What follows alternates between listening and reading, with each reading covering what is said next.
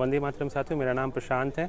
मैं LC1 से इस बार कंटेस्ट कर रहा हूँ वाइस प्रेसिडेंट पोस्ट के लिए।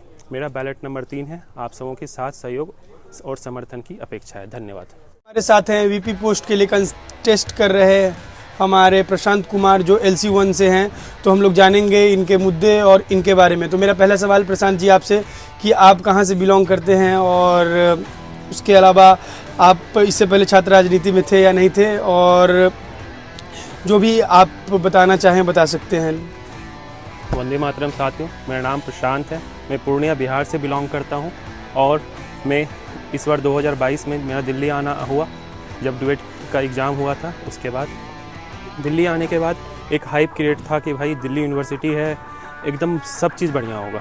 पर यहाँ पे आने के बाद पता चलता है कि भाई यहाँ पे 8 महीने के दरमियान कास्टिंग, रीजनलिंग सब चीज़ है। इवन कास्ट के अलग अलग ब्लॉक्स बने हुए हैं, रीजन के अलग अलग ब्लॉक्स बने हुए हैं। सारे लोग पॉलिटिक्स यहाँ पे बटी पड़ी है। मेरा मानना है कि यहाँ पे पॉलिटिक्स अगर स्वच्छ राजनीति करनी है तो पॉलिटिक्स बटी नहीं होनी चाहिए। छात्र राजनीति छात्रों के हित में होनी चाहिए, ना कि किसी जाति धर्म के हित में होनी चाहिए। ठीक है, तो मेरा अगला सवाल है कि इस बार आपका चुनावी मुद्दा क्या क्या है और उसको आप कैसे और कब पूरा करेंगे। अगर मेरे दोस्त, मेरे सहपाठी अगर मुझे इस बार चुनते हैं तो मेरा मुद्दा कुछ मैनिफेस्टो है, जो कि सर्वप्रथम है women safety cell. Women safety cell यहाँ पे काम नहीं कर रही है। फिर बॉयज़ और गर्ल्स के लिए कॉमन रूम, ताकि वो लोग एक रेस्ट प्लेस उनके लिए बन पाए। तीसरा है भाई कॉपी रीचेकिंग। कॉपी रीचेकिंग में ये हो रहा है कॉपी में कि भाई कॉपी कुछ बच्चों को 16 मार्क्स दे दिए गए पर कॉपी चेक नहीं हुई है, तो कॉपी चेकिंग में भी एक ट्रांसपेरेंसी होनी चाहिए। और चौथा मुद्दा है अपना LC1 का लाइब्रेरी। LC1 का लाइब्रेरी का बिल्डिंग देख लीजिए, हमारा LC1 का बिल्डिंग यहाँ है और लाइब्रेरी के लिए हमें वहाँ जाना पड़ता है और वहाँ पे कोई फैसिलिटीज़ के नाम पे जीरो है। वहाँ पे अगर आप पानी पीना है तो आप CLC के कैंपस में जाओ, वहाँ पे हाई TDS वाटर पियो। फिर अगर आपको वॉशरूम जाना है तो वॉशरूम भी उतना ही दुर्गंध करता है। और पाँचवा और अंतिम मुद्दा है, जिसकी बात हम कर सकते हैं कि ड्राफ्टिंग कमेटी।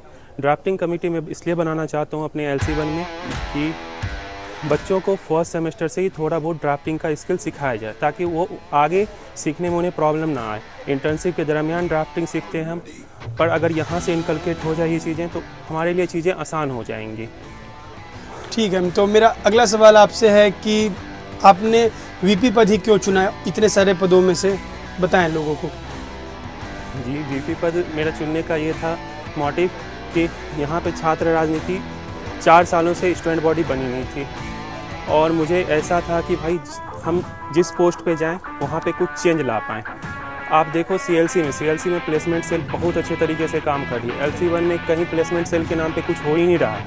CLC में पिछली बार 10 लाख पर एनम की पैकेज लगी थी, पर हमारे यहाँ कुछ नहीं है। इन्हीं सब मुद्दों को लेकर मैं VP पद को चुना हूँ, ताकि मैं लोगों पे जो स्टूडेंट बॉडी में अगर मैं आता हूँ, यूनियन में आता हूँ, तो यूनिवर्सिटी एडमिनिस्ट्रेशन पे दबाव बना सकूँ और प्लेसमेंट सेल सारे चीज़ों को एक्टिव कर सकूँ, सारी सोसाइटीज़ को एक्टिव कर सकूँ जो डोरमेंट स्टेज में अभी पड़े हैं। तो कॉपी रीचेकिंग में धांधली और साथ साथ फी हाइक के बारे में आपका क्या टेक है।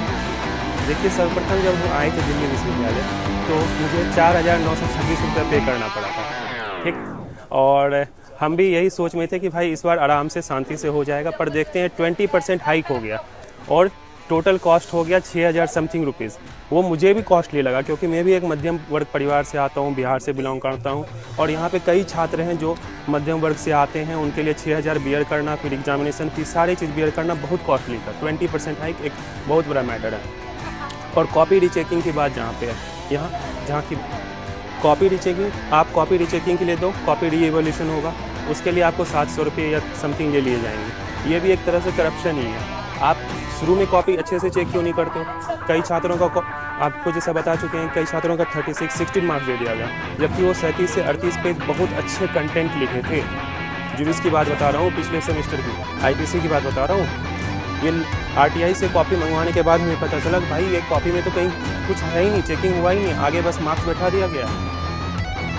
ठीक है, तो मेरा आखिरी सवाल आपसे है कि आपने बहुत सारे वेबिनार, सेमिनार कराए जिससे लोगों को फ़ायदा हुआ, अगर खुदा न खास्ता भगवान न करे ऐसा हो, आप वाइस प्रेसिडेंट के पद पर नहीं आते हैं, तब भी आपका ये कार्यक्रम जो लोकहित में है, बच्चों के हित में, वो जारी रहेगा या खत्म हो जाएगा, और किस प्रकार से इसको आगे लेकर चलेगा? क्योंकि जब हम आए थे जनवरी में, मेरा दिल्ली आना था, उससे पहले हम बिहार में सक्रिय थे। जनवरी में दिल्ली आए, तभी से सक्रिय हैं यहाँ पे। और जब इलेक्शन की बात नहीं भी थी, तभी भी लोगों के लिए खड़े थे। और इलेक्शन हार भी जाएं या जीत भी जाएं, हम तभी भी लोगों के लिए खड़े रहेंगे और एनी टाइम खड़े रहेंगे, एनी टाइम सभी के मदद के लिए खड़े रहेंगे। ठीक है, तो ये थे हमारे प्रशांत कुमार, जो वाइस प्रेसिडेंट पद के लिए इस बार कॉन्टेस्ट कर रहे हैं LC1 में। उम्मीद है कि आप सब जो भी आपको डिजर्विंग कैंडिडेट लगेगा, उसको इस बार भारी से भारी मतों से विजयी बनाए। वंदे मातरम साथियों, मेरा नाम प्रशांत है। मैं LC1 से इस बार कंटेस्ट कर रहा हूँ वाइस प्रेसिडेंट पोस्ट के लिए। मेरा बैलेट नंबर 3 है। आप सबों के साथ सहयोग और समर्थन की अपेक्षा है। धन्यवाद।